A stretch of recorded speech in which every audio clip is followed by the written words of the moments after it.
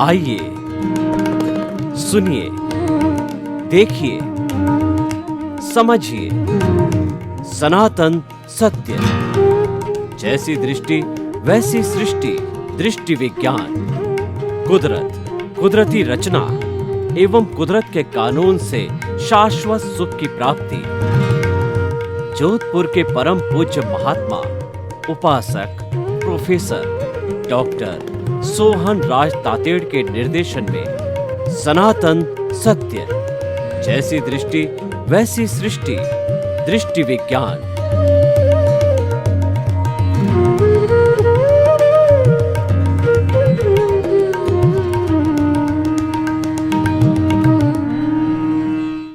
ओम शांति प्रभो जय शांति प्रभो, पार्श्वनाथ वीर प्रभो।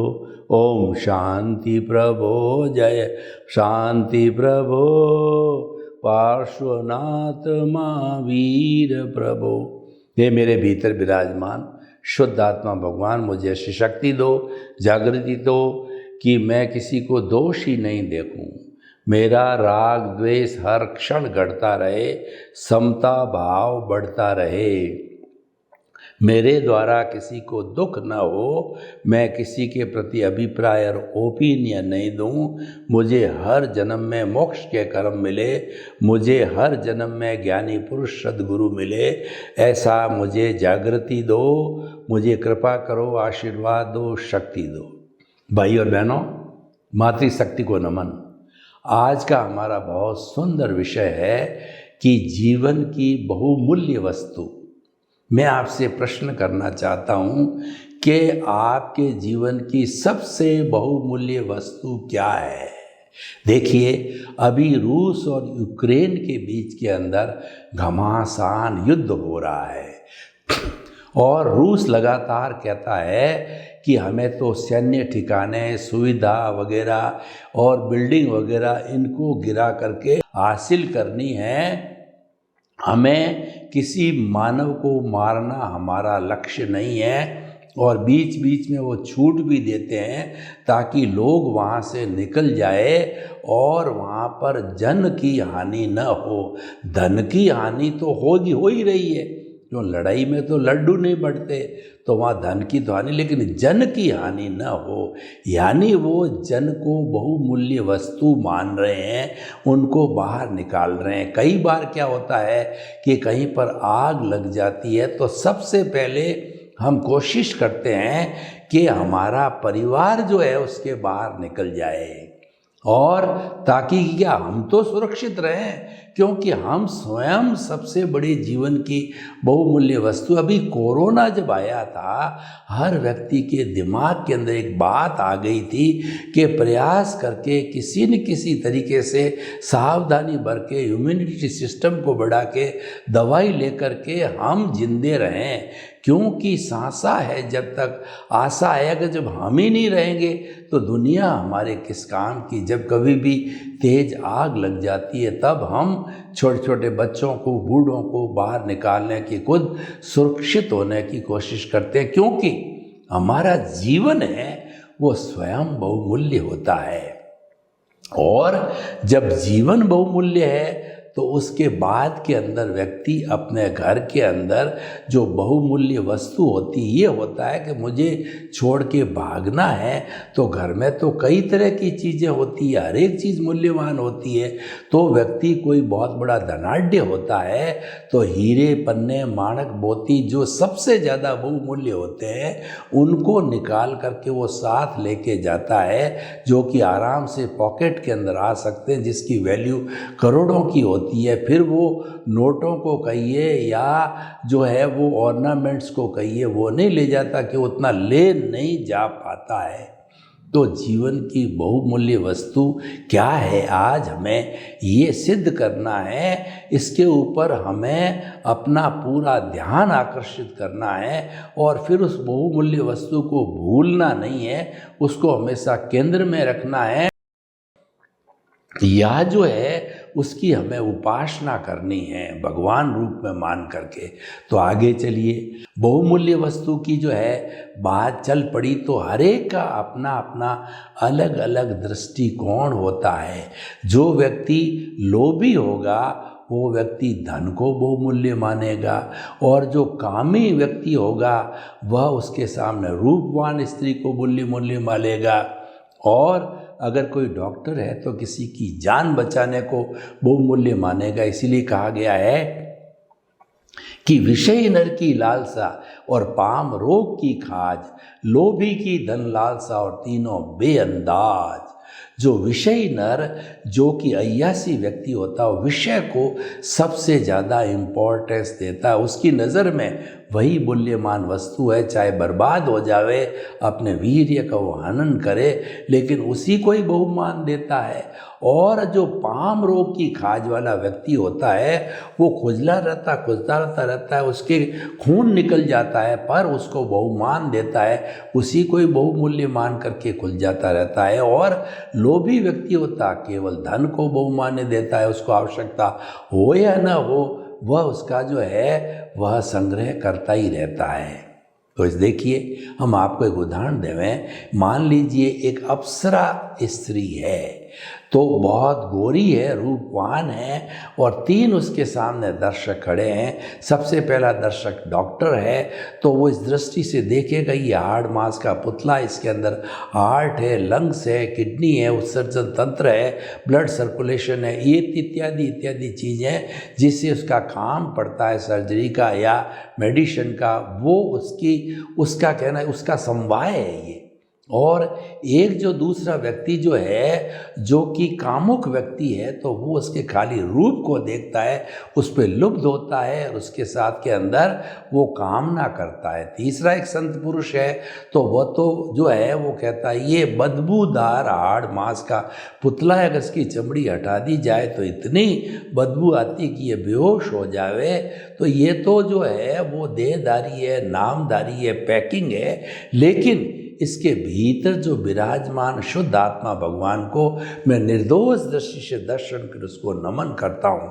यानी संत पुरुष तो उसके भीतर जो प्रभु विराजमान है उसको इम्पोर्टेंस देता है। तो इन सब उदाहरणों के द्वारा हमको ये मालूम पड़ा कि हमारा जीवन बहुमूल्य है।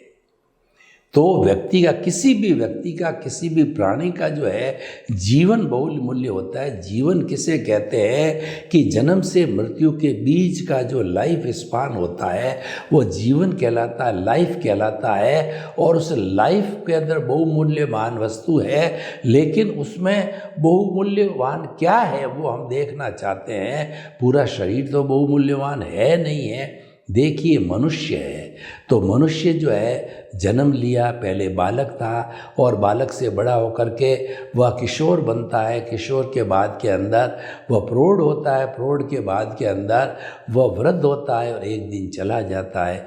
ये उसकी अवस्थाएं हैं, जीवन की अवस्था है। तो अवस्था तो बदलती रहती है, लेकिन जो इसके अंदर ऐसा कौन सा मुख्य तत्व है कि जिसकी हाजिरी से, जिसकी प्रेजेंस से जो है ये सब कुछ चल रहा है, तो वो तत्व है हमारा आत्म तत्व है, चेतन तत्व है। ये बहुमूल्यवान कैसे, मैं आपको बताना चाहता हूँ। आत्म तत्व को मैंने एक माना, और एक मान करके ये बहुमूल्य कैसे है उसके लिए मैंने क्या, उसके पीछे 0 लगाया। 1 के पीछे 0 लगा, तो वह जो 0 है वो धन का है, 2 0 वो संपत्ति का है, तीसरा 0 जो है वो हमारे कहना चाहिए कि ऑर्नामेंट्स का है, चौथा 0 प्रॉपर्टी का है। इस तरीके से वह 10 गुना, 100 गुना, 1000 गुना, लाख गुना, करोड़ गुना बढ़ती गई, सब 0 लगते गए। उसके साथ में जड़ जो मूल्यवान चीज़ें जुड़ती रही, तो वह गुणित होती गई। अब मैं क्या करता हूँ, उस 1 को हटा देता हूँ। तो 1 को हटाने के बाद में सब 0 0 हो गए। अब उसकी वैल्यू आप बताइए क्या होगी। उसकी वैल्यू होगी बिग 0, यानी किसी व्यक्ति का आत्मा निकल जाए और वह धनाढ्य है, कुबेरपति है, उसके पास हीरे पन्ने माणक मोती और सब चीज़ें हैं, वह उसके किस काम की? तो बहुमूल्य क्या चीज़ रही? बहुमूल्य वो चेतन तत्व हुआ जो हम देसी भाषा में कैसे हंसा, वो हंसा उड़ गया तो उसके बाद के अंदर बहुमूल्य की कोई बहुमूल्यता रही नहीं। इसका मतलब हमारे जीवन में सबसे बहुमूल्य वस्तु है हमारी आत्मा है, हमारी चेतना है, हमारी कॉन्शियसनेस है।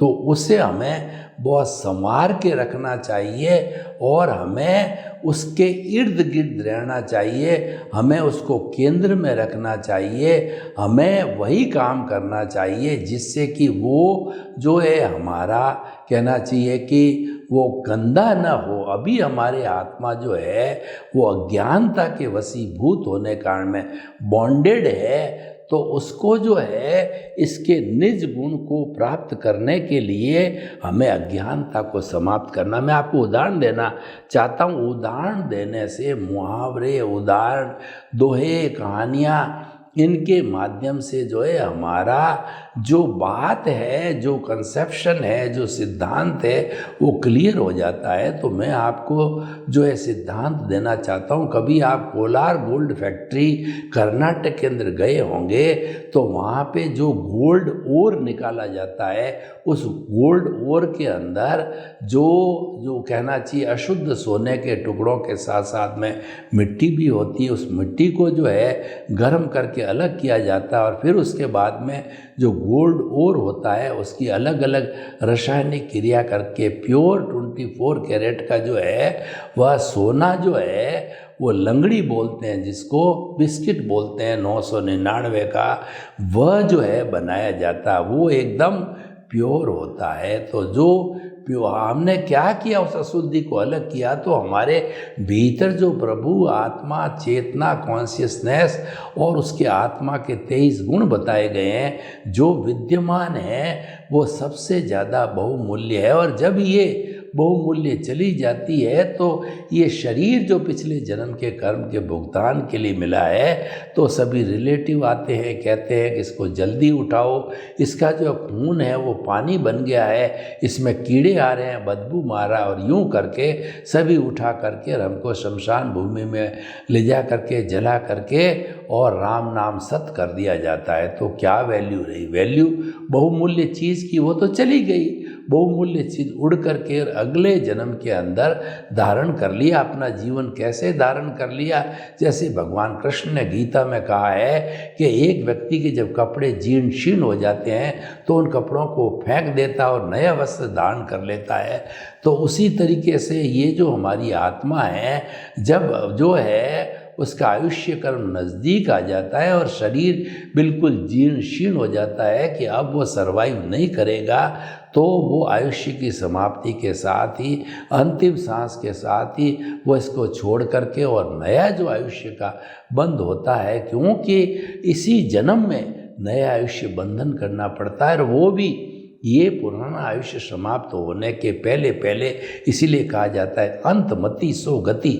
अगर आयुष्य जो है पूरे जीवन भर हम जीते रहे, उसमें बंद नहीं हुआ तो अंतिम समय बंद होना पड़ेगा, क्योंकि वरना ये शरीर, ये आत्मा छोड़ नहीं सकती, और छोड़ भी देगी तो जाएगी कहाँ?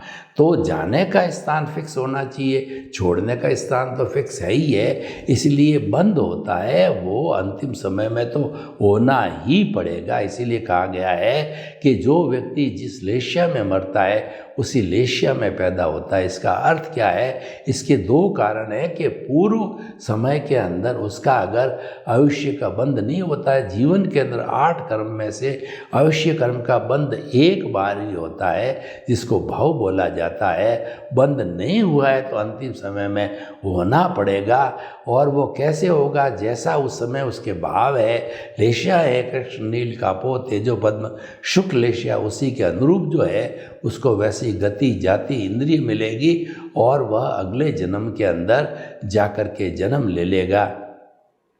तो ये जो है वह निर्धारण होना जरूरी है। और ये सारी प्रक्रिया जो है भाव भाव के साथ साथ में चलती रहती है।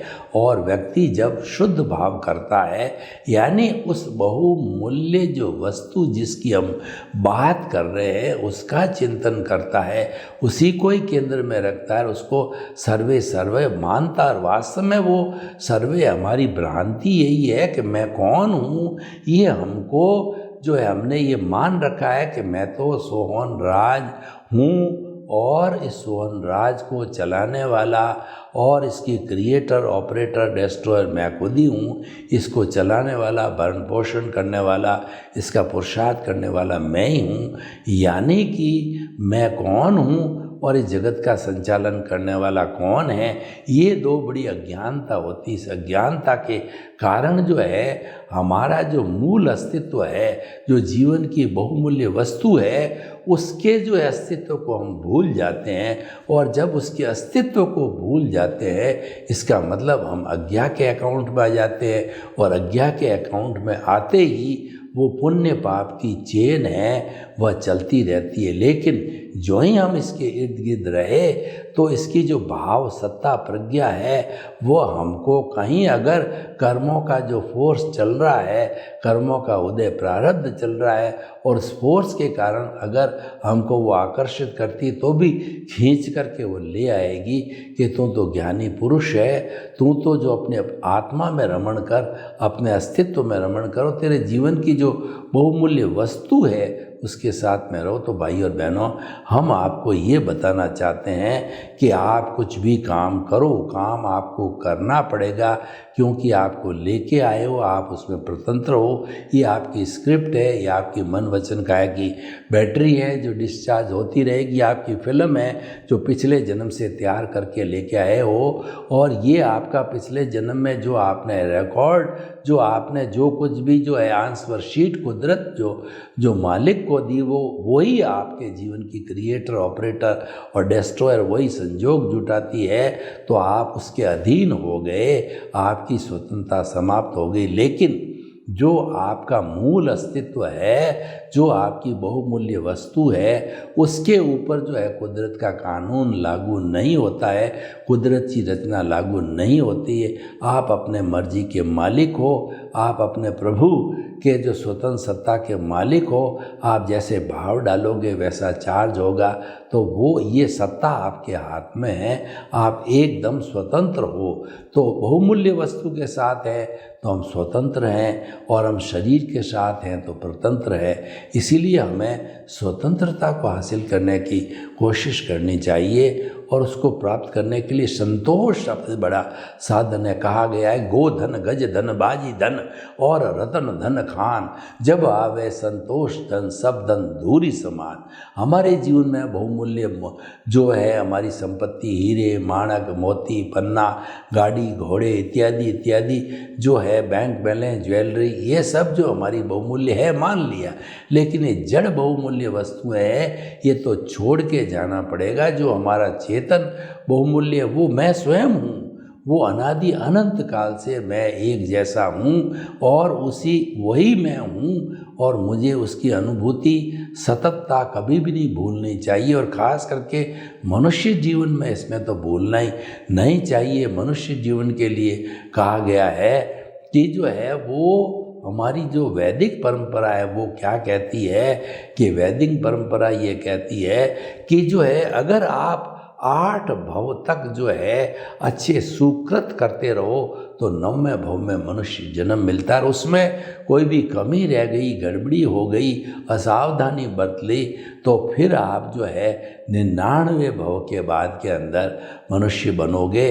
उसके उसमें भी कोई कोताही बरत ली गई तो 999वें भव के बाद में मनुष्य जीवन मिलेगा। तो इस तरीके से हम ये कहना चाहते हैं आपको कि आपके जीवन की बहुमूल्य वस्तु है, इसको कभी भी इग्नोर नहीं करें, इसको कभी भी जो आप भूलें नहीं हैं, परंतु होता क्या है कि भौतिकता की चकाचौंध के अंदर सबसे पहले हम उसको भूल करके और अनैतिक कार्य करते हैं। व्यक्ति जो कार्य करता है वो धन के वशीभूत होकर के, वो जड़ के वशीभूत होकर के सारा कार्य करता है, लोगों को दगा देता है, झूठ बोलता है, पाप कर हिंसा करता है, और उस सब का नतीजा ये होता है कि उसको जो है पुण्य पाप की इस परंपरा से जुड़ा रहना पड़ता है।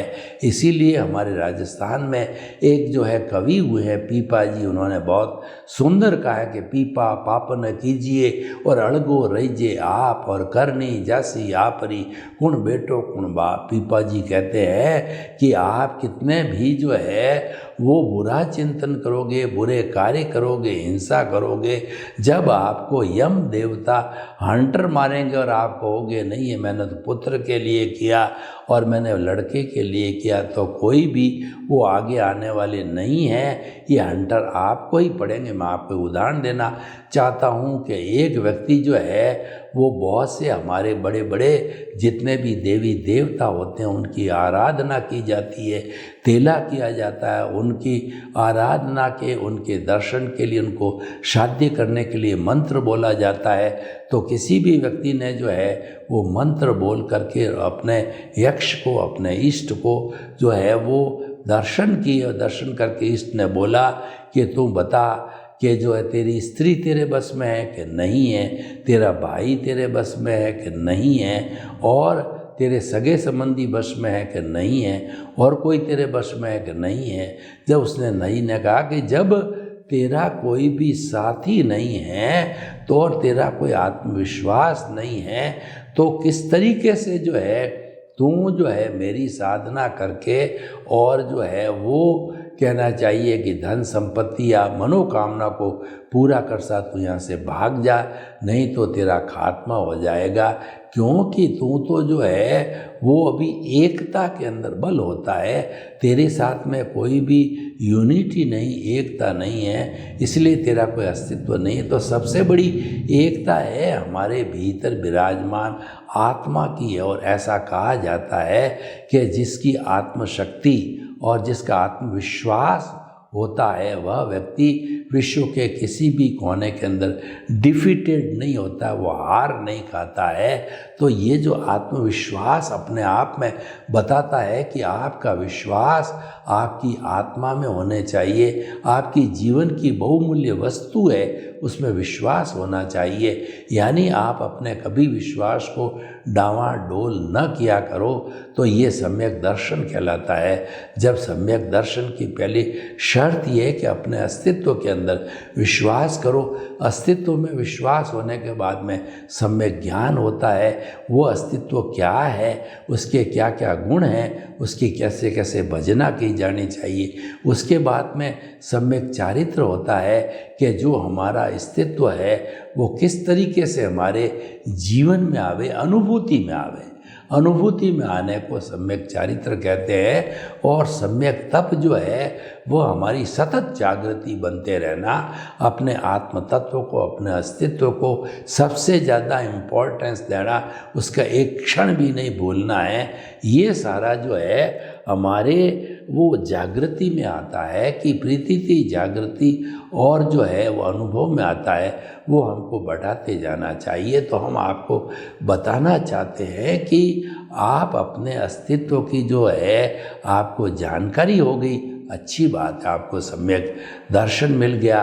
अब आप उसका सम्यक ज्ञान करो, जागृति बनाते रहो कि आप जो है जागृति का अर्थ ये उसको भूलो नहीं, उसको हर क्षेत्र के अंदर फर्स्ट प्रायोरिटी दी जाए। आपके जीवन का कोई भी काम हो उसका परामर्श लिया करो, उसके जो है मेरिट डिमेरिट को देखा करो कि मेरी आत्मा जो है कलुषित तो नहीं होगी, तो मैं कोई अनैतिकता काम करता हूँ मेरी बदनामी तो नहीं होगी समाज में। उस कलुषिता को जो है आप भूलिए और जो है वो कार्य मत कीजिए। और जो आत्मा का जो लक्षण की, आत्मा की तरक्की की बातें होती है वो जीवन में धारण करना चाहिए। जैसे किसी वो क्या बताया गया है, सबसे पहले जीवन में अकर्ता बनो।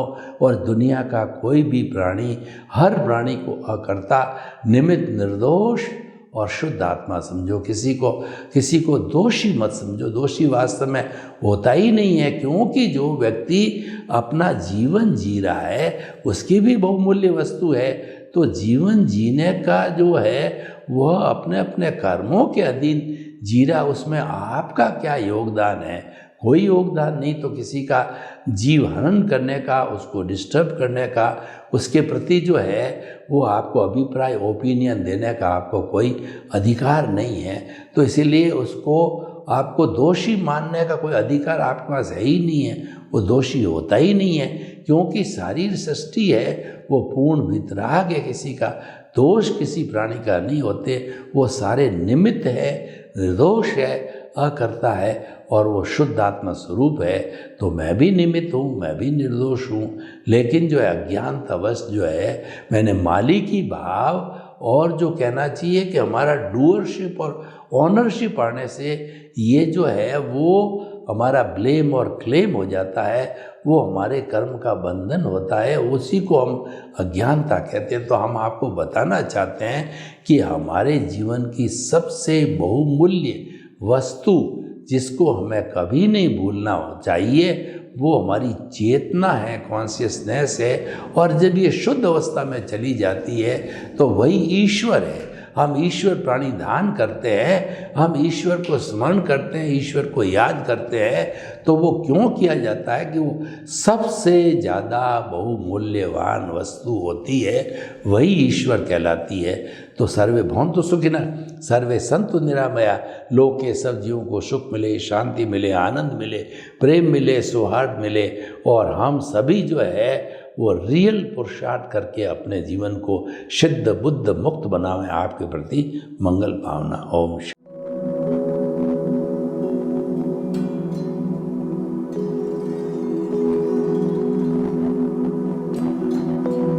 एक ऐसा अंतर्राष्ट्रीय ख्याति प्राप्त मानव जो गुरु प्रेरणा से पिछले 20 वर्षों से वानप्रस्थ जीवन जीते हुए 24 घंटे मानवता की सेवा में संलग्न है।